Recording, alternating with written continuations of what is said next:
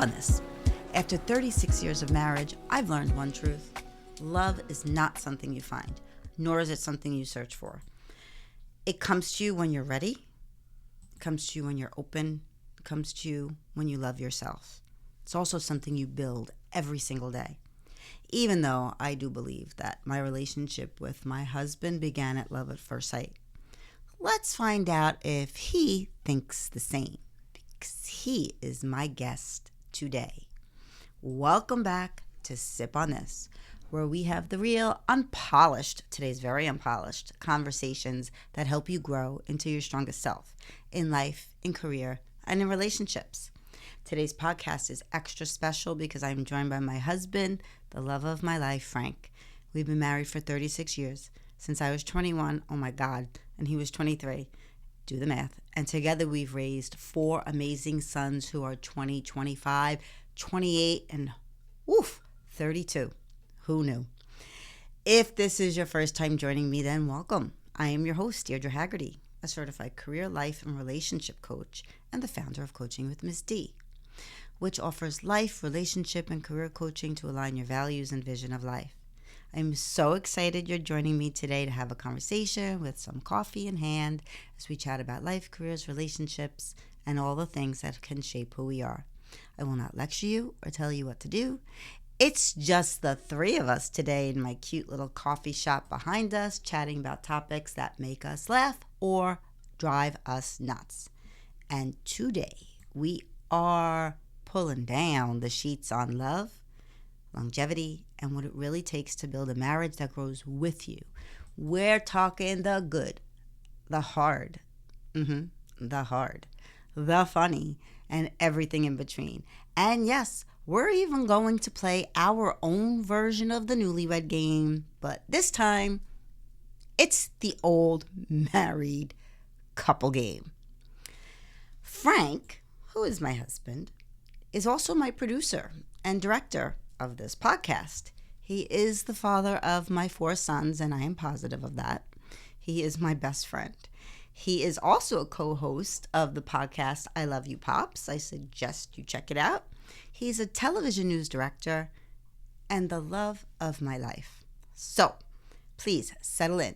Grab your coffee or your wine or bourbon if you like, or your water, and let's dive in and welcome my husband, Frank, who also enjoys a good dive. Hello, gorgeous. You never cease to make me blush. Of course. What else? It's fun. It's me. Just me being me. Welcome to Sip on This. You brought your cup. I love you, Pops. Got my A cup. little cross-promotion happening there. Oh, that's kind of loud. 10 hours later, you finally joined me. So it takes a while to make perfection. So, Frank, how long did it take to make you? I don't know. 9 months? Yeah. Takes a while to make perfection. Oh, thank you. So, how did we meet? The year was 1986. What happened that year?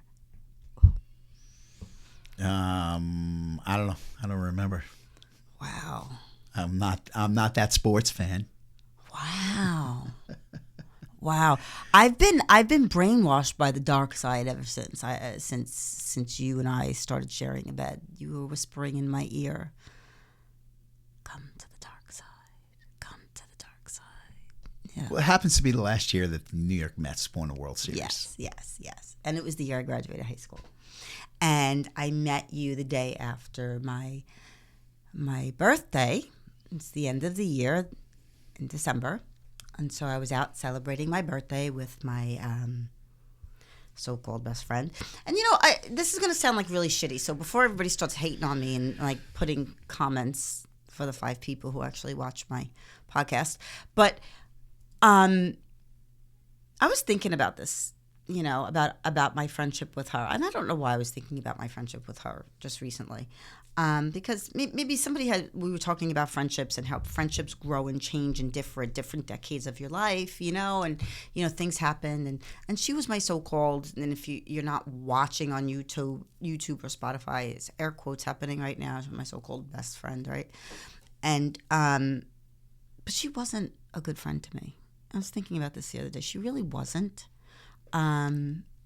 So, and I'm not going to sit here and, berate her and disparage her at all to say why she wasn't a good friend to me. But maybe that's why I didn't care about what happens next in our story. Or maybe I just knew that you were my destiny. Because if we want to be real, if my mother was like so into manifestation, although that's not what she called it. She called it, putting your intentions out there, you get what you want. Like, you have to just go for it. You have to make it happen. And my mother had predicted when I was a little girl, and she wrote it on yellow note paper, the little small legal pads. She wrote who I was going to marry, what he was going to look like, the house we were going to live in. And I swear to you, she described you to a T. Somebody who was over 6 feet tall, blonde hair, blue-eyed. We're going to live in a yellow house with a white picket fence. Oh, my God, we did. Our first house, and even our house now, actually, is yellow. Or yellowish, peachish. Yeah, absolutely. Yeah. So she did. She described, I was 8 years old. So I don't know, after you killed me in our previous life and you drove the car off the road into a ravine, and then we had to come back in the late 60s to find each other again.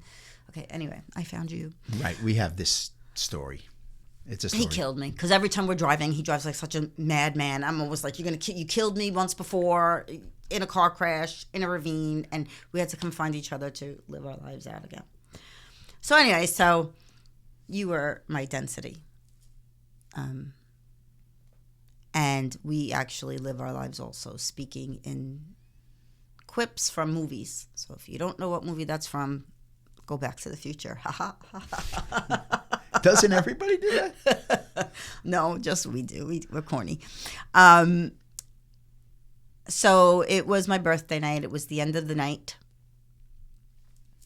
I'm going to rewind a month. About a month prior, she kept telling me, you got to go see this DJ at this bar. He's so cute. Oh, my God. I love him. And she didn't say she loved you. She's like, oh, my God. So I think the one night I went up to you and tried setting you up with her. And I was like, and you can set me up with, like, your friend, like that guy. And you were like, yeah, no.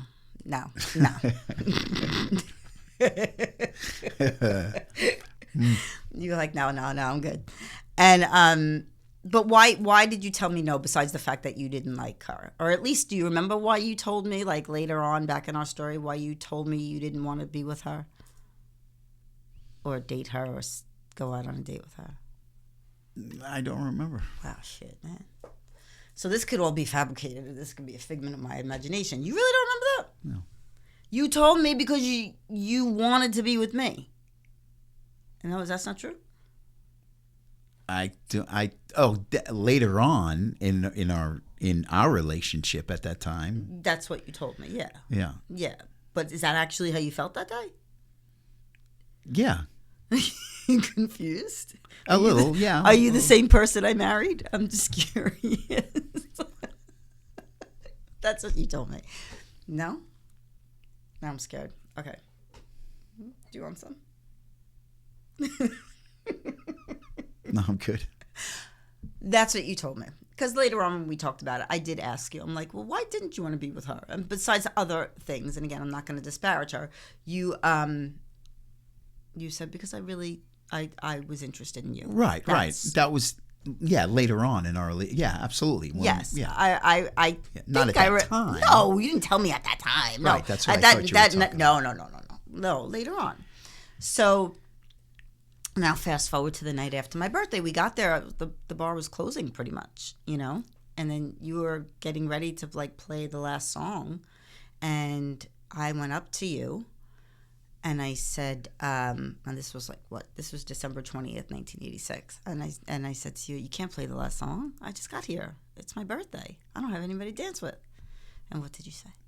Do you remember that? I said, well, I'll dance with you. Do you want to dance with me? I'll dance with you. Yes. And what was the song? You corny, desperate mother. I don't want to say motherfucker, but oh my God.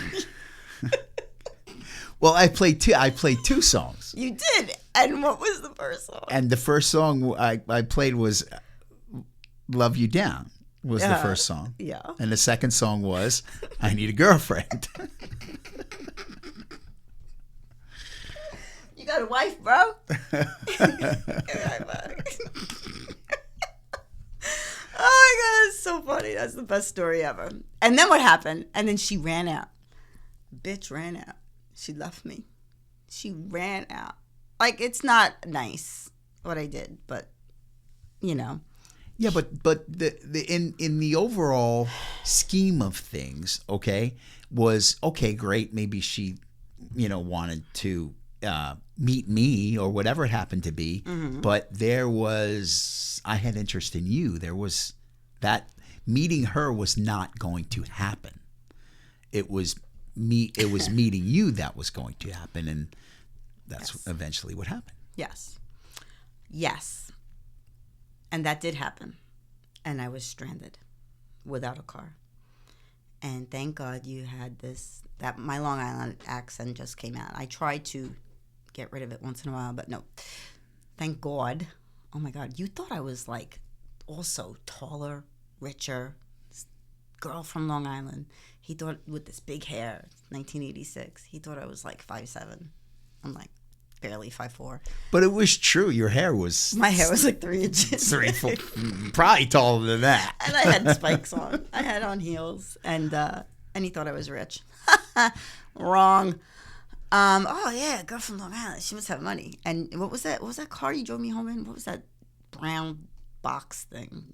That was a Ford Granada. Yeah. Oh, that thing was nasty. But that was like the only time you had a car the whole time we dated. So. That is so not true. I had a car. I had other cars. Okay. No, I had the Camaro. Yeah, like 6 months in. Right. Because that Granada died right after we met, basically. And like for 2 months, you wouldn't ask me out on a date because you didn't have a car. Right, correct. Because I wasn't going to ask you to just come get me from Queens. You lived on Long Island. I wasn't gonna do that. So yes, and then eventually I got the Camaro, and then I forget what car I got after that. Was it the white Grand Prix? After that? Yeah. It was the white Grand Prix. Yeah. So you drove me home. You drove me home and we sat in front of my house, and I just knew it was love at first sight for me anyway, because you were such a gentleman. You really were. We laughed. We talked about sports. You were kind of astonished that I knew every single thing I knew about baseball because I was a huge Met fan at the time. You still tell me things. The other day, I said something, and you turned around and you gave the answer, whatever it was. I was talking to Sean, our son, and you turned around and you said, or talking to Jason, actually, I think when Jason came over, and you just jumped right in. Oh, that's Stefan. Yeah, and gave the answer, and like I didn't know you were even paying attention to that. Yeah. Well, I like sports. But I did. I mean, I used to, when there was actual newspapers, I used to read, their baseball stats all the time. So I was heavily involved. The love of my life, who's read the box scores in the newspaper. I knew their stats. I knew everything. I knew how to read it. I don't do that really anymore because I have you who could tell me if I need to know something about my poor Jetsies. I go to you. But you're my knowledge base. But we talked, and you didn't try anything, and I was like, wow. And you were so smart, and I was just so intrigued by you, and I'm like, and just so handsome, and you had this big beautiful smile. You still do have the big beautiful smile, but I was like, wow, oh my God. And you gave me a little kiss on my cheek. And then I walked in the house. I think we spoke. We probably chatted for 2 hours. Sun came up. Long time, yeah. And I went in, and then, told my mom I just met the guy I'm going to marry. Wow. Amazing. That was amazing. I was just so, like, never really looked for, wanted, had a girlfriend, serious girlfriend, anybody that I was kind of interested in. And then I met you. And from that night that we danced together, we've never stopped dancing since. No, we haven't. Yeah. And then, well, it was 2 weeks later. I didn't see you for like 2 weeks. And it was New Year's Eve. And I was going back to it wasn't a club, it was a bar. But everybody went there. And I was wearing a black dress. And I got there after midnight. So I didn't get to celebrate New Year's Eve with you. We got there late because we were at a party, and then we went there. And who was there? Do you remember? Who was there on At New Year's Eve? Mm-hmm. Oh, yeah, right. The Daryl Strawberry was at the there. bar that we were at, that I DJ'd at, and Daryl Strawberry was there that night. Yeah. Yep. Doing stuff. Yep. In the basement. Yep. And we'll just leave it there. Yep. Yep. Got a picture of him. Went around. Some girl with like some weird hair. I took the picture. I wasn't in the picture, but I took the picture. And like some girl with like almost like a mohawk, I think she had. They thought that was me. And I was like, that is not me. But anyway. And then you drove me home again. And do you remember what happened that night? Oh, after I said goodbye. Well, not even after I said goodbye to you, because it happened before that. But yeah, your dad came out in this big orange snowsuit thing, construction snowsuit, and basically tried to break the window of my car, pull me out of the car, and then proceeded to chase me down the block. After we were saying goodnight for a little while. You're still such a gentleman. You were basically mauling me, according to my father, because after he couldn't catch you and he slammed on your car window, I ran into the house. Mom, oh my God, he's embarrassing me. And he runs in after me. Door! Some guy trying to fucking maul your daughter. He's mauling her. And I hid in my bedroom all day until my oldest brother and his wife came over, and I was just like horrified that, my father did that. And then when we went to go, I'm going to fast forward a little bit. When we went to book the hall for the wedding, which was, we got married 2.5 years later. We got married? We're not married? Holy shit. 4 kids later? And we're not married? I don't know. And we were in the back seat of the car, and I was like, hey, Dad, remember that guy you chased down the block? And he was wearing his jumpsuit because he was an EMT for the volunteer fire department. And he was like, it's not funny. It's not effing funny, dude. It's not funny. Yeah. It was funny. We kind of tortured him. I took great joy in that. So yeah, that's how we started, and we did. We got married really young, man. Oh my God, that's crazy. Yeah, but I was, we got married. I was 23. Mm-hmm. You were 21. Not yet 22. Almost 22, and it was. I wanted to get married young. So I think I know people nowadays say, I'm not going to get married young. People, the median age now of people getting married is later in their 30s and 35 or whatever it happens to be. And I just wanted to be young with you. I wanted to enjoy time with you. I wanted to enjoy our years together. before we started a family, so that we could, enjoy one another as a married couple and not a married couple with kids. And we got a chance to do that, and we had a lot of fun. Eventually, 4 years after we were married, we had our first child. Yeah, that's kind of, I didn't want to, and I also didn't want to be old when my kids were young. I wanted to be younger when we had kids, so that we could play with them, so that when I coached them in Little League, I could put on the catcher's equipment and squat down behind home plate and play catch with them, rather than when you had quads. roll up my wheelchair to behind home plate or whatever it happens to be. When you had quads. Yeah. But anyway, so you couldn't do that now. Right. I mean, you could still squat down, but you don't have quads anymore. Yeah, you have triads. I could still do that. But I'm glad. You are so ignoring me. You're like gloss over. So I wouldn't. Yeah.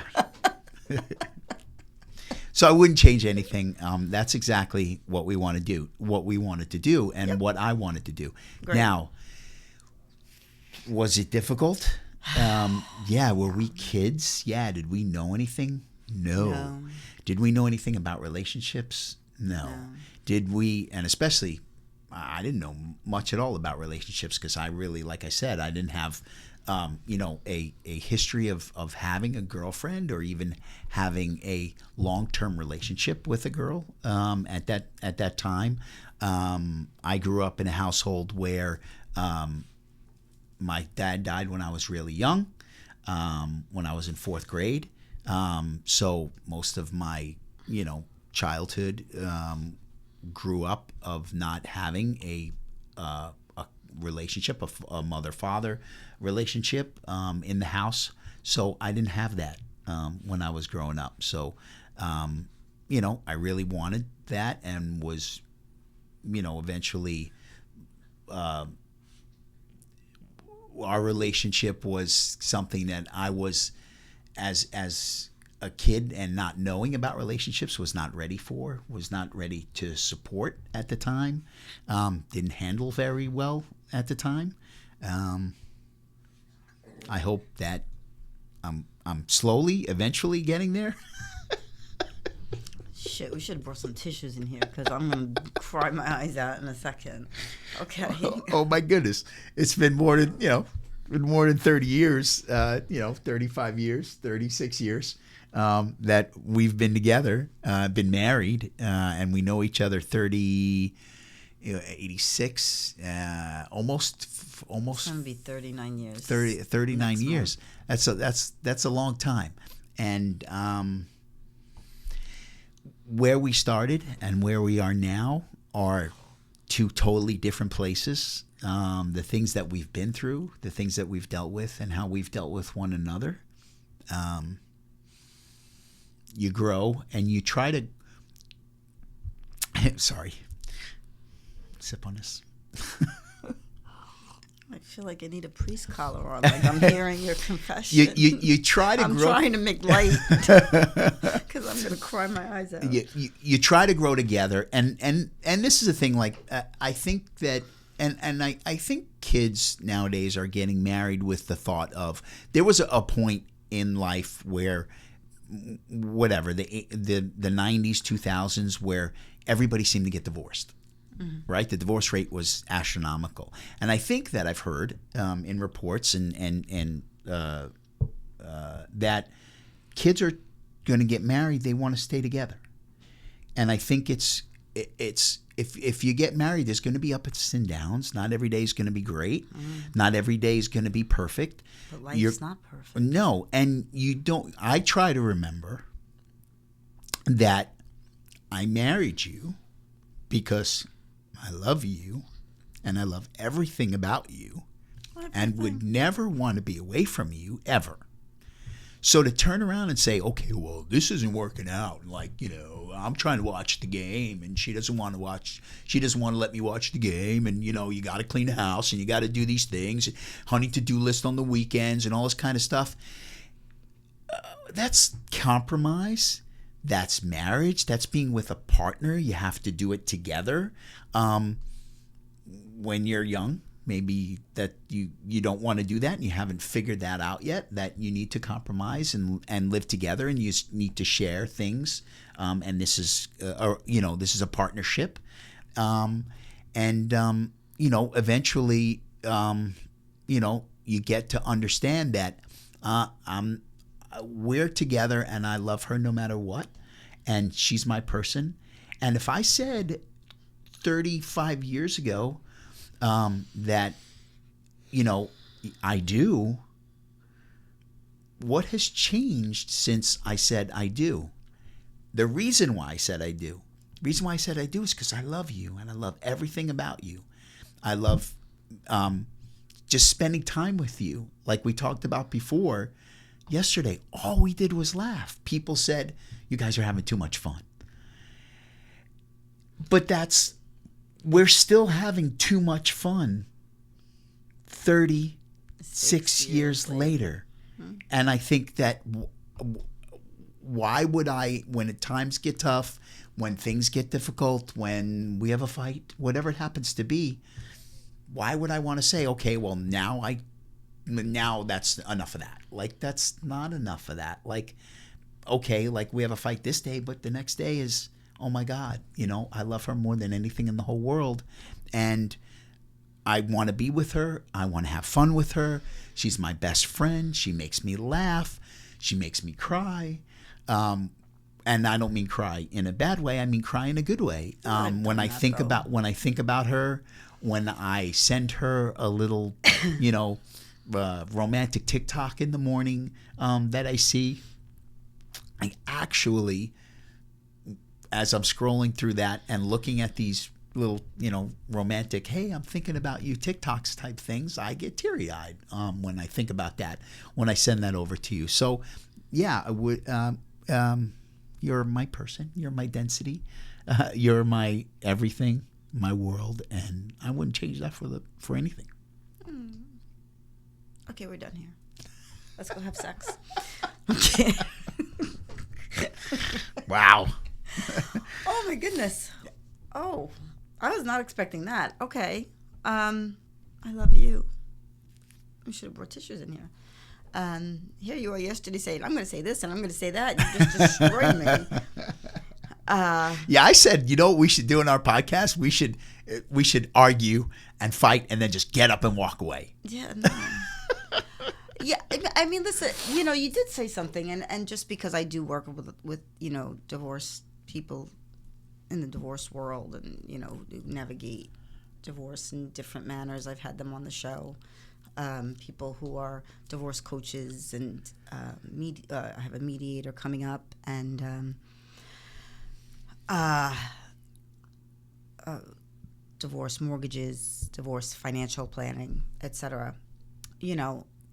I mean, it happens, and by no means are we disparaging anybody. Like, if that's the choice you make, that's the choice you make. So we don't mean that in a way to be offensive, because there are things that are not negotiable, like people's mental health and abuse. So that's, and then sometimes it just does happen that people fall out of love. I think what you're trying to say is, if I heard you correctly, that you invested because you loved me, and it is worth it to keep that going. And I think that we are very lucky that we are still very, very much in love with one another, that love has grown deeper every day. And yeah, it's been hard. It's not something, but you said earlier too, but life's not easy. Like, life is hard. Like, every day isn't roses. But how are you waking up every day to face it? Are you waking up happy? Are you going to at least try to, make the best of it and give joy and be grateful? And I think when you go into it with those intentions, then your outlook is a little bit different. And that's not always an easy thing for people to do. It's not always easy for us to do either. We wake up in our moods, we have our moments, and we certainly don't always get along. I was thinking in church today, while we were sitting, kneeling, I was watching people hold hands, and we held hands as saying the Our Father, and then as we're kneeling, and I thought about our wedding. You know, we got married in church and kneeling up at the altar, and just, you know, how we've been celebrating that together at our wedding, at our son's wedding, at their communions and baptisms, and, you know, that's just such a beautiful part of being married. You especially like when I kneel. But, yep. It's like, what is this? How do you get kids to stop doing the trends? Yeah, start doing them, and they'll stop. What's the hand signals for 6-9? I don't know. Not sure. But, you know, seriously though, it's like I forgot where I was going with that, because there was a point behind that, but then of course I do what I always do, and I get sidetracked by things. But it's important to celebrate that with the person that you're with, you know, and to remember everything you said. So thank you. That was all very beautiful and very touching. And oh boy. Okay. So I understand. Go ahead. No, go ahead. I understand. I have questions. Oh, you have more questions. Okay. I understand. Eventually we might be playing a game. We are going to play a game. Okay. Yes. Remember the Newlywed Game? I do. Yeah. I do remember the Newlywed Game. Yeah. Playing Whoopee and all that stuff. Yeah. Yeah. Whoopee. What's a whoopee? So we are going to play the old married couple game. Okay. Yeah. Okay. But, you know. I'm not very good at these games. Okay. You'll be fine.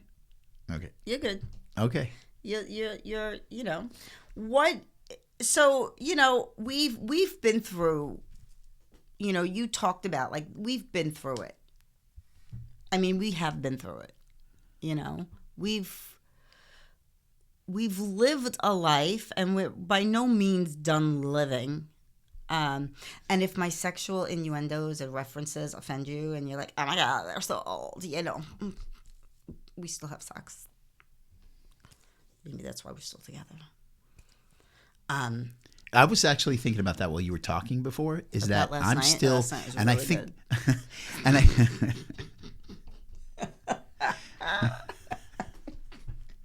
and I think it's really important, because I've heard people say that a lot of times when people meet, that, you know, they're infatuated with one another. Mm-hmm. Okay.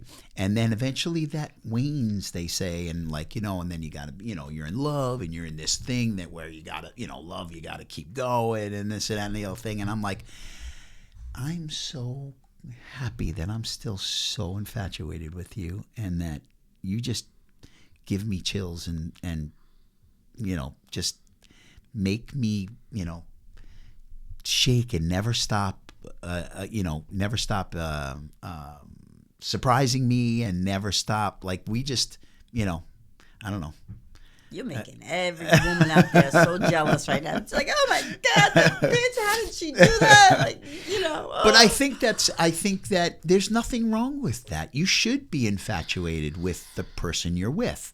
I think that's, yeah. If you're not infatuated with the person you're with, then figure out a way to be infatuated with the person you're with. Talk to them. Figure out how to, you know, spice it up. What you want and what you're looking for, and you know, there's nothing wrong with that. But you should be like, oh my God, you know, it's Friday, and you know, I'm getting off work, and I can't wait to come home and, you know, be with you tonight, and to spend time with you, and whatever, and just be like, you know, and then just want to devour each other, like, if you get the opportunity to do so when, you know, your kids are all out of the house. Put a sock on the door. That's it's, well, even with my gray hair that I'm having grow through, huh? I mean, I know how you feel about it. I know you don't care. So I don't do. So that's what I think. A lot of times, like, people lose. Listen, you get older, and people think you lose your attractiveness, and maybe yes, wrinkles form, yes, you get gray hair, yes, you put on weight, but that attractiveness, that attraction, I think comes from the inside, that person that you fell in love with. Yes, your exterior is what first drew me to you, of course, right? And obviously so did mine. but to your point, it happens. People grow old, they get older, but that comes from, I think, within. And I think some people, they lose that. Not they lose their attractiveness, they lose that ability to see that within another person for whatever reason. It reminds me of, we were listening to my favorite podcast, not mine, Mel Robbins. It's my hero, my idol. Your podcast is my favorite podcast. Oh, thank you. I appreciate it. But we were listening to it together, and they were talking about, relationships. And she had on the I forget the guy's name, who was talking about, he had interviewed people in their, senior 90s. He did interviews with them and hundreds, and life regrets, whatever.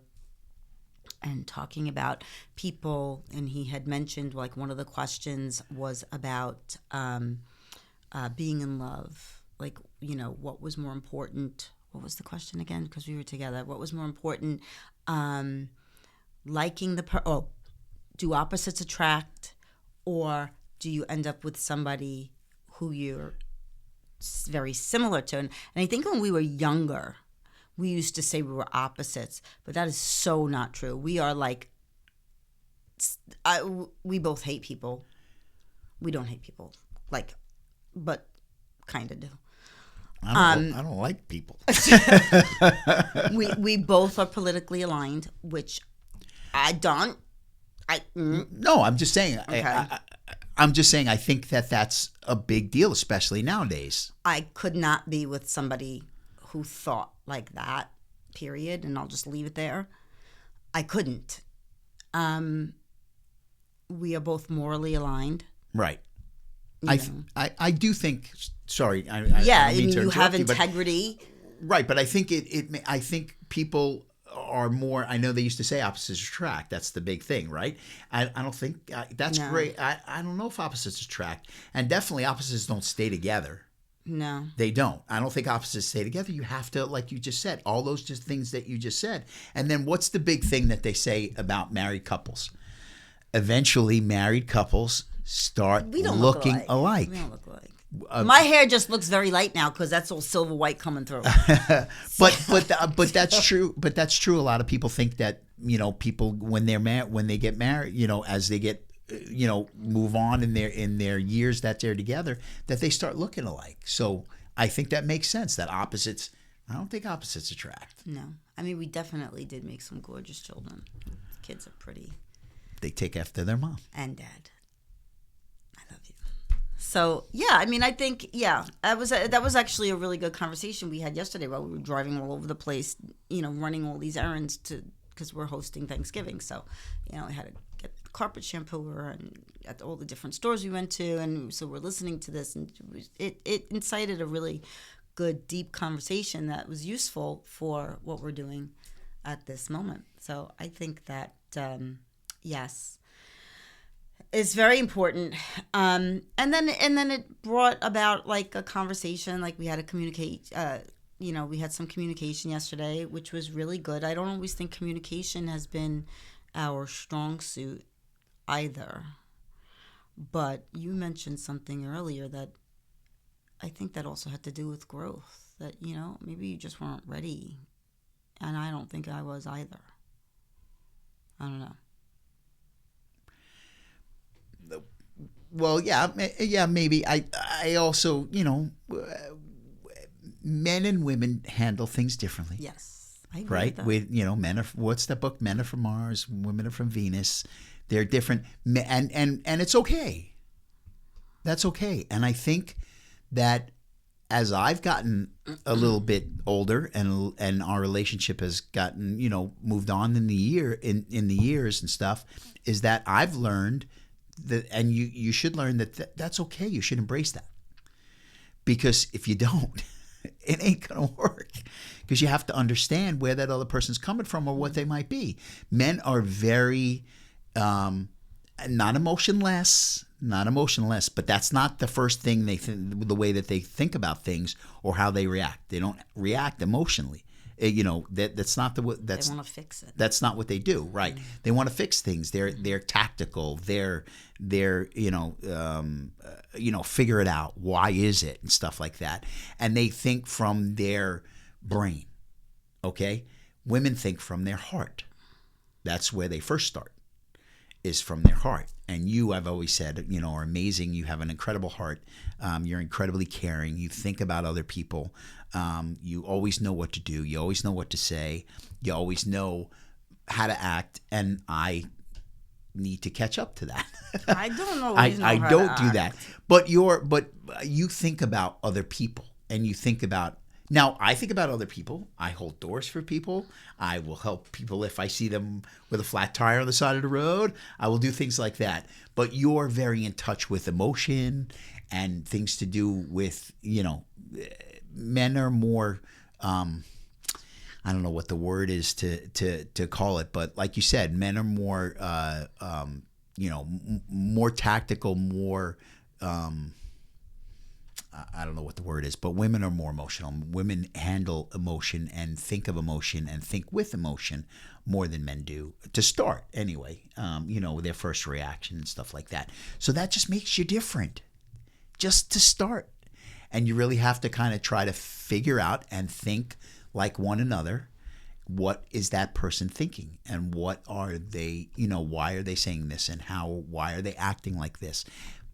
That's great if you know that. But then get in that moment and try to implement that in that moment is not easy. You can think for weeks of, okay, I'm going to think the next time that we have a disagreement or something, I'm going to think, okay, well, she's looking at it this way. She's coming from it this way. And I don't always look at it that way. So when we get there, I'm going to stop talking. Very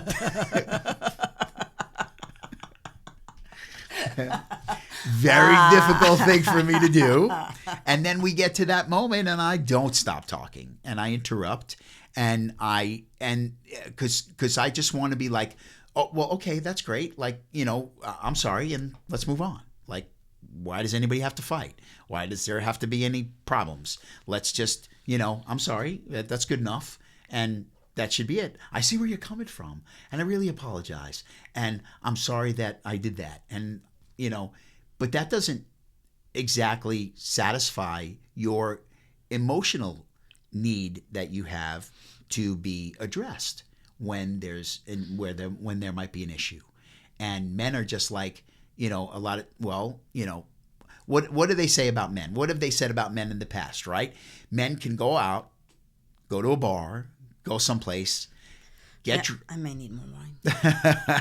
They can get drunk, get into a fight, punch a guy, he'll punch them, he'll punch him back, and then they may turn around and say, let's go have a drink. Well, that's why we love having 4 sons, because that's basically, You said something earlier. Did you just fart? No, that's a chair. You said something earlier. Here's my chair. Not that there's anything wrong with that. If you heard my bloopers the other day, you heard my burp. What was that? That was horrifying. That was funny, but horrifying. You said, as you were, talking about this, that you may be thinking, why do they act like that? And you want to understand why. So are you coming into your communication style with a preconceived notion of what that person, me, is thinking and feeling without asking them?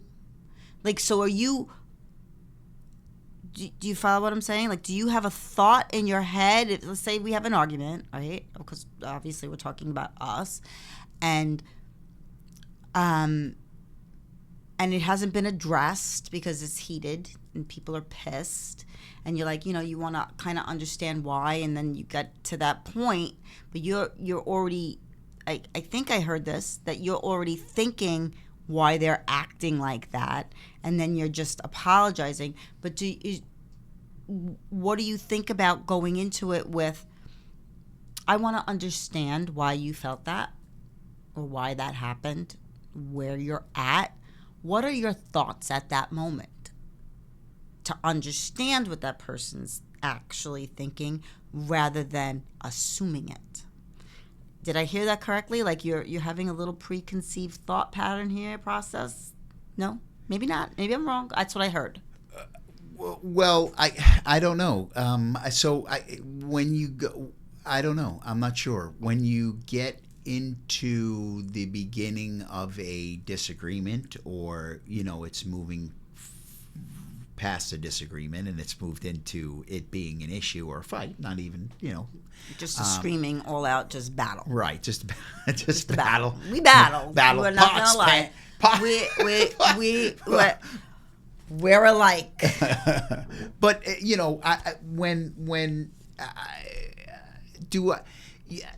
sometimes you're thinking, that what that other person is going to say. You know what that other person is feeling. You know what that other person is thinking about the situation or whatever, and you're just reacting to that in your head.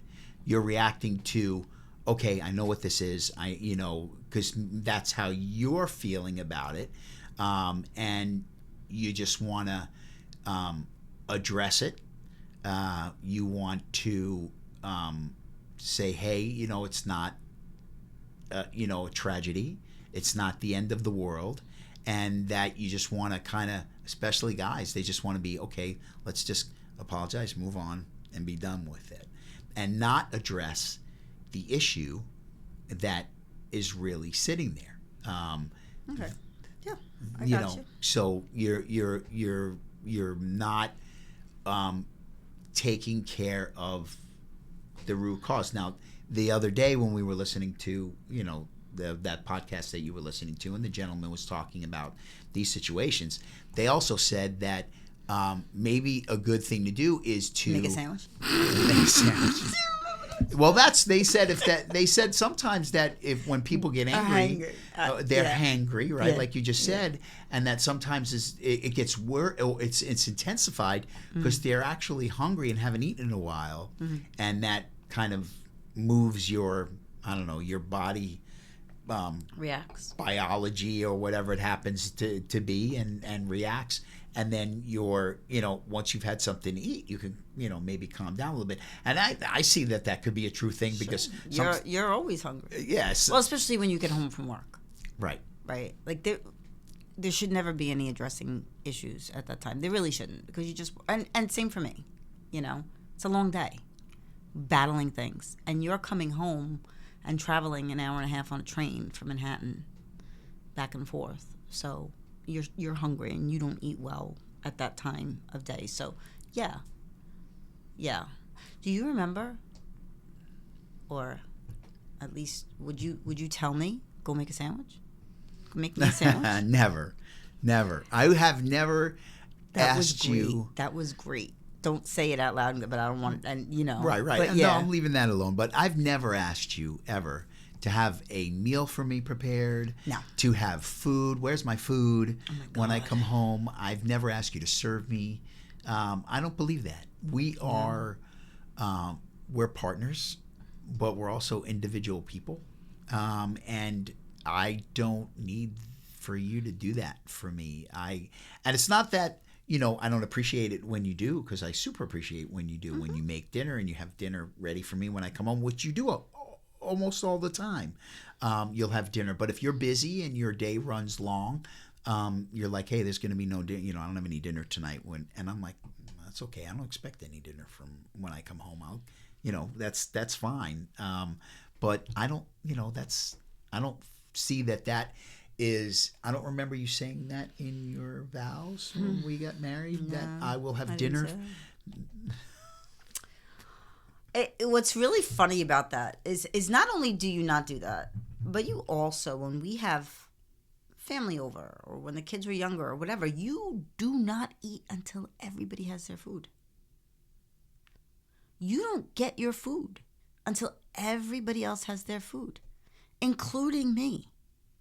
Yeah. You don't, it's like wild to me that you do that. That is such a thoughtful thing to do, and that's intention. That's like really putting people before you.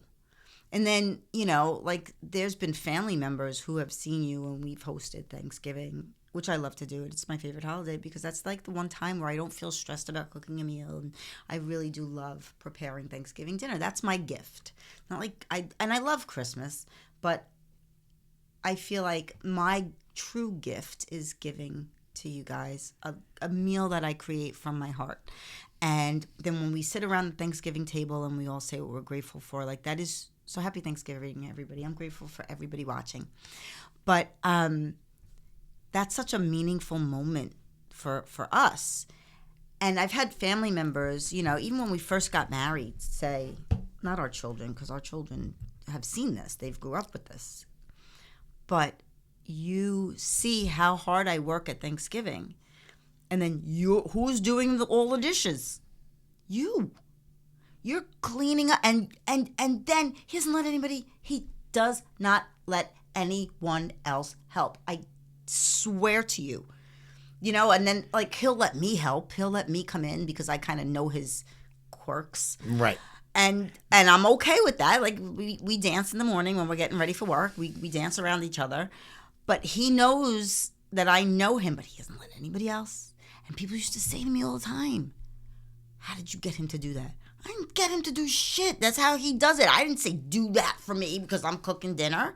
No. It was just, there wasn't a set standard in our house. I cook, you do dishes. Because even when he cooks, he does his own dishes. He's got like this thing. So. Yeah, you cook. I'm not a cook. I don't cook well. You're going to make meatloaf when we're done. My little Rice Krispie meatloaf. I actually love that. And I don't like meat. You like Rice Krispie meatloaf? It's so good. You're like, come on, yo. It happened to be because we were, when I was younger and we went a local priest in the neighborhood. Pedophile. I'm sorry. Not all priests are pedophiles. A local priest in the neighborhood would take us to... would take us on retreats. What was his name? Sorry. Did I just totally throw you? Yeah. Sorry. Sip on this. Sip on this. Go ahead. Go back with your local priest who made the meatloaf. A local priest in the neighborhood would take some kids on retreat, and the last day that we were at the on the trip, there'd be all kinds of weird food left over. And nobody wants to take any food home. So you'd have, of course, you're doing burgers and stuff like that during the week. And you got ground beef left over. So the one recipe that I saw was they didn't have any breadcrumbs.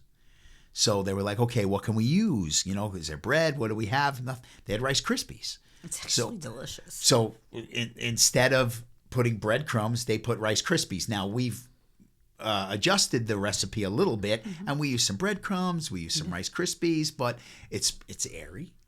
Our meatloaf snap probably crackles horrible and pops. for you. We're very healthy eaters, and that's probably horrible for you. Right, but it's good. Once in a while, we do enjoy that. Right, but we do, and the meatloaf is delicious. So anyway, so that's kind of that's your meal. Yeah, that's my meal. That's the best I do. That's the best I can cook. Now, you make although I make chicken cutlets. I know your kids want to have a chicken cutlet off and see who makes the best chicken cutlets now Frankie that they're all a little bit older and they think they're all chefs. Sorry, son. And they can make food.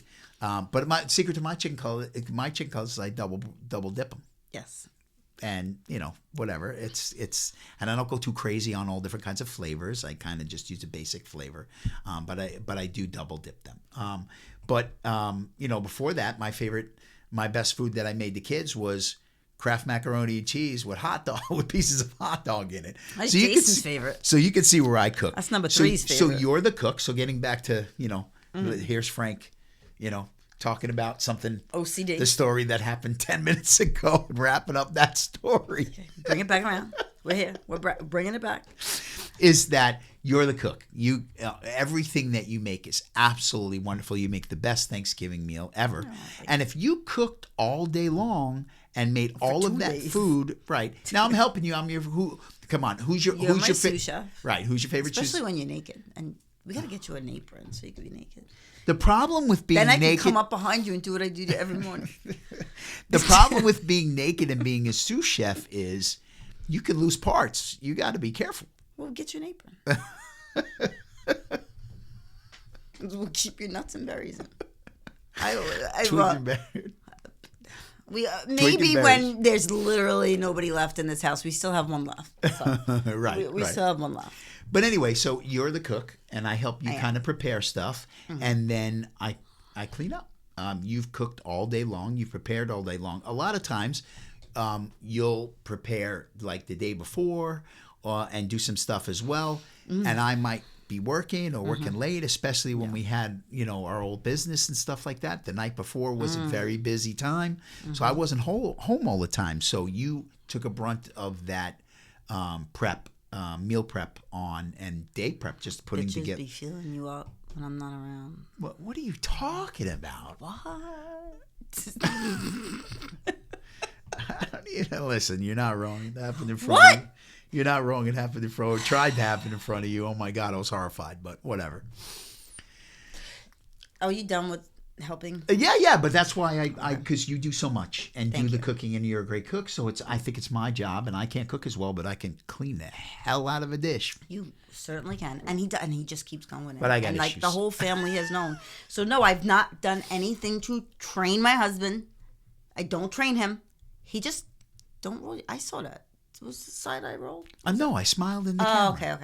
All right, because I saw something. All right, that's what I saw. So I didn't do anything. This is him, and I'm grateful. And so if you're jealous, be jealous. Okay, well, that was something, wasn't it?